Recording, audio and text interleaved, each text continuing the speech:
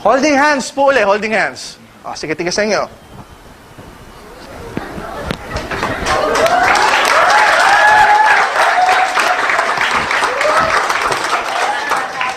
Wala ba kayo mga kamay? 72 years old. Okay? Ako yung hiningal eh. Ang tanong ko lang, Tatay Rudy, may iba pa bang tumitigas? Wala pa. Wala pa. Eto maganda yan. Mamaya pag uwi nila, nako, may pakyawan.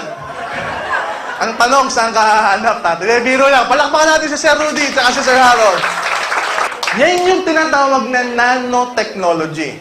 Again, masyadong mabilis.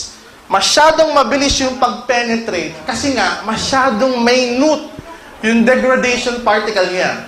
Pero kung ibang supplement niyan, it may not be as good as that na mga demonstration. Ako yung hiningal eh. Sipin ko si tatay, 72. Kayang-kaya pa. Diba? Maganda ko ba yung alive? Yeah! Ayan. So yung mamaya na may gustong tumigas, gustong katawan, pag gustong tumigas, mag-try na. Kaya iba kasi nagtanong, Dok, 2 araw na akong umiinom ng alive. Wala pa rin akong nararamdaman. Don't you worry about it. Maybe, sa physical level, wala kang nararamdaman. Pero at the cellular level, may nangyayari ng kagandahan. Maganda po ba yung gano'n? Bibigyan po natin na ito yung mga ipapakain po natin na malimit natin kinakain. Bagong bili po ito, sponsored by Sir Arnel Limpin. Siya po ang bumili nito. Ayan. Bibigyan po natin ng pampasira ng bato. Okay. Bibigyan po natin ng pampataas ng kolesterol. Ayan. Ayan. At saka, French fries. Bibigyan natin ng French fries. Sino mahilig sa French fries? Taas ang kamay. Ayan. Ako, ang dami ko na magiging pasyente. Okay. Sige, mamaya ko sasabihin ano ang makukuha ninyo sa French fries.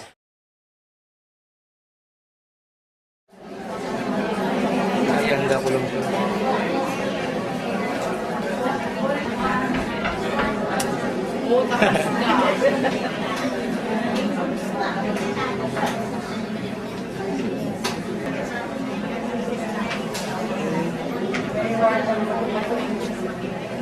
Hindi, ano wala.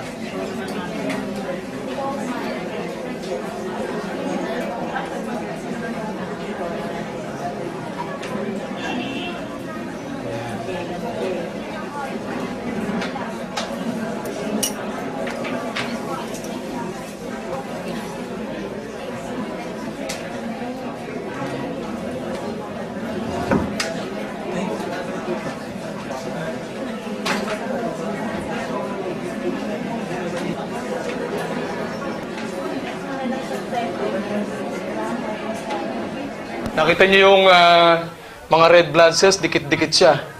Dikit-dikit. Ayun. So, wala kayong makitang hiwalay na red. Ito po, hindi. Ano po yan? Doon lang po yan sa lente nung microscope. Tingnan, pagka ginalaw ko, hindi sasama. So, yun po, dumi lang po doon sa lente. Oh, yun, doon pa rin siya. So, yan po yung tinatawag nating rouleau formation na the red blood cells tend to be sticky. Masyadong madidikit sila. Kasi acid na acid. So, ang pinakain natin ay soft drinks, French fries, at saka hamburger. Ayan. Pag kumain kayo, ganito. Gawin, gusto nyo magkaganto ang dugo nyo, kain kayo lagi ganito. Araw-araw, miyat-maya. Kumain kayo ng kumain. Para wala na hong dumaloy na dugo sa inyong, ano. Ayan. Okay? Ayan. Oh. Wala kayong makikita. Lahat, oh. Oh. Di ba? Bigyan ng alive si ma'am. Sino may alive? Alive. Okay. Yun, yun na si ma'am. Dabihan yung tubig. Yan, ha? Tukso tayo na.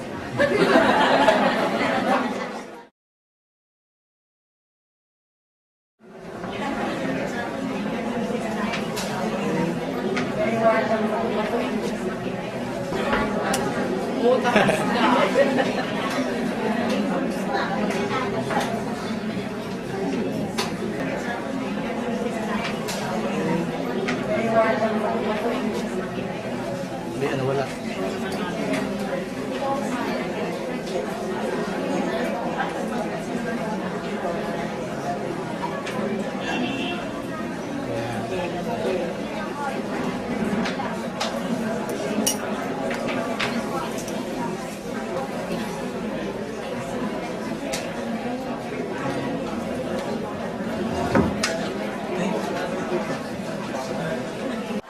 Ayan. Hiwa-hiwalay na po siya. See? Oh. Ayan. Kita nyo, buhay na buhay ang mga red blood cells niya. Hiwa-hiwalay na po. At malulusog na, masisigla na sila. Gumagalaw. Nagsuswim na po sila dun sa plasma ng pasyente. Kita po ninyo? Yan. Ganyan dapat ang red blood cells nyo. Hindi lang nyo lang makita ang pulang-pula kasi po gawa ng LCD natin, yung resolution. Pero pag makita nyo sa television ito, kung ang gagamitin natin television, kita nyo red na red yan. Pero you see, ang tsura, ayan, no? Ayan, gumagalaw pa sila, malusog, alive na alive. So, gamitin po ninyo alive. Yan po, 1 capsule lang yan. 1 capsule. What more if you take 1 to 3 capsules a day, you maintain, ang ganda po ng inyong red blood cells. Malusog na malusog sila. Kita niyo pagkakaiba kanina, dikit-dikit, di ba? O ngayon, hiwa-hiwalay na siya. Holidus Omega Supreme. This is a anti-cholesterol product. It will greatly reduce your bad cholesterol. Why? Isa po sa pinag-aralan ng Nature's Way, maraming sakit sa buong mundo ang pinagmumulan mataas na cholesterol. Ano ginagawa ng product na to? It will greatly reduce your bad cholesterol. Maganda po ba yun? Yes. Next, Slim and Trim. Ayan, ito yung nilaklak ng kapartner kong si Mr. Francis Miguel. Pag inom na ito, pumayat ng todo-todo. Paano pumapayat yan, Doc? May active ingredient. Dalawa lang po ingredients niyan. Ano yan? Glucomannan, tsaka Hoodia. It's a dual mechanism. Ano ginagawa? Pag inom, pagpunta sa sikmura, pag natunaw, mag-expand. Pag stretch ng gastric stimuli mo, magsisend ng signal sa brain mo, hey, busog ka na, huwag ka na kumain. That's the number 1 mechanism. Secondly, yung Hoodia, pagkatunaw sa sikmura mo, immediately, ititrick niya yung mind mo into thinking, busog ka ngayon, busog ka mamaya, busog ka bukas, busog ka this week, busog ka this month. So, ang tendency, pag ikay busog, kakain ka pa, hindi na. So, talagang makakapayat. Why? It will reduce your food intake by up to 60%. So, kahit wala kang masyadong exercise, yung normal activity mo lang, talagang papayat ka. Maganda po ba yun? What else? We also have the USD promo. Since itong product na binanggit ko is produced by Nature's Way, may US trip tayo. Gusto mo bang pumunta sa US for free? Gusto mo bang magkaroon ng 10 years multiple visa? Ay naku, ang sarap sa US. At sa US pala, ang daming Amerikano. Oo, 4 na state, guys, pag nag-qualify ka. 4 na state yung aming pinuntahan. Punta kami sa Los Angeles, California. Pumunta kami sa Disneyland, sa Universal Studios, sa Hollywood. Ang sarap sa US. Pumunta kami sa San Francisco, nakita namin San Francisco Bridge. Walis nagpunta kami sa Las Vegas, nanonood kami kay Pacquiao. Nag-check-in kami sa Venetian Hotel. Yung tipong $500 per person per room.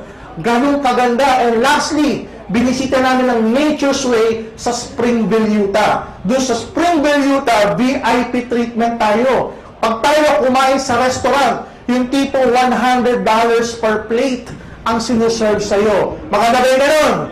Tinuro pa kami rin mag-ski. Grabe, very accommodative ang mga taga-Nature's Way kasi VIP treatment talaga tayo ron.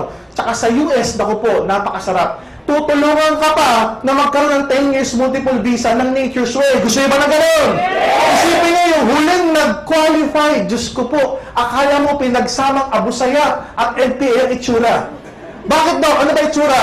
Kalbo, tapos balbas bigote hanggang dito, may balbas pa.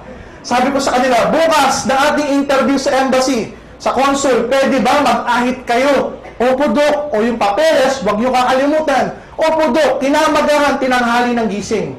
Dumating, lukot-lukot yung damit. Ang pula ng mata. Tapos may balbas bigote dito, tuldok-tuldok pa. Abutan mo ng kahoy, akala mo armadong pakikibaka na. Eto na, dala-dala yung mga papeles. Sabi ng consul, where are your documents? Tinignan ng gano'n. Unang-una,